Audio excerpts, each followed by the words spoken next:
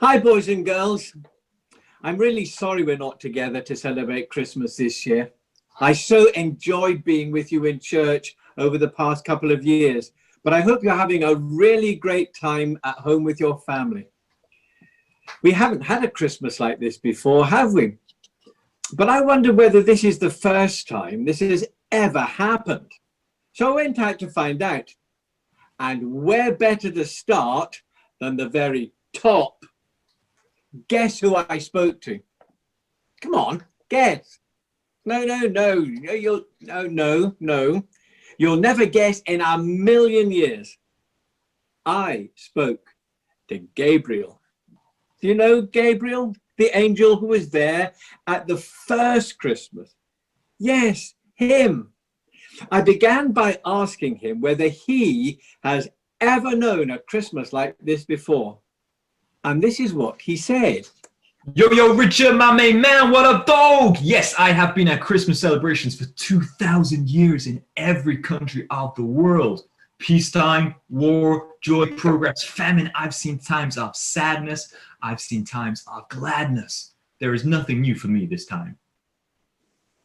Would you then tell the boys and girls at Sandyford, where they are at home, what we need to know that you learned all those years for this Christmas as we celebrate?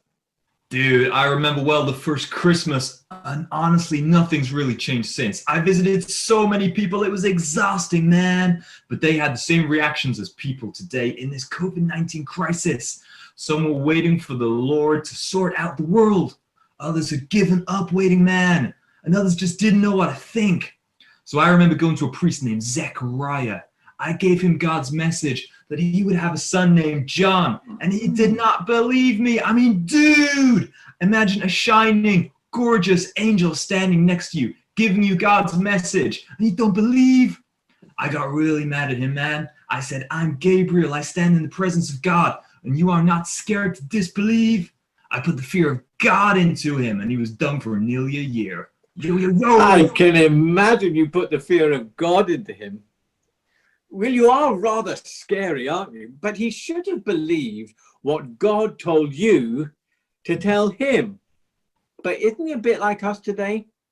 Sometimes because we get really scared, we don't believe. And this year has been scary. But why didn't he believe? He was a priest. Dude, he'd given up hope of God doing anything. He was trying to sort things out by himself. The thing is, I went to see Joseph, and he just did not know what to say at all. He knew that God would work and read about the way God works. But God's ways are not our ways, and his thoughts are not our thoughts. Joseph couldn't work out how God was working. He did believe, but kept wandering until God did his work. He was a good man, though. You know, Joseph, he was God's chosen servant. He was thoughtful, he was careful, he was humble, a bit like me. It's quite difficult to work out what a person is like when they say nothing. The problem is the more words used in a crisis, the more crisis seems a crisis. But you know, God, he is always perfectly calm. Well, that's two people whom you spoke to about their time, and they really kind of didn't come out very well, did they? Did anybody come out of this crisis very well? Well, dude, as far as I can see, the only one to come out well was Mary. Now, she was totally scared of me. Oh, yeah. But when I told her not to be scared because God had sent me to give her a message, she became attentive and listened carefully. Thing is, God had really touched her heart long before I was sent. It was as if she was expecting God to speak to her in some or other way. You gave her the message that she was going to have a son. Yeah, man. The son God promised David and Abraham. I've read that bit. But what impressed you most about Mary? Dude, well, you know, I'm an archangel who lives in glory with God. You know, I'm like the Noel peacock of angels, man. Except my name doesn't mean Christmas in French. Thing is, when God tells us angels to do something, we do it immediately. in the way God says, and we don't miss anything out. We love serving God because he's so kind, he's so good, always ready to help his people, even those pathetic human beings, man.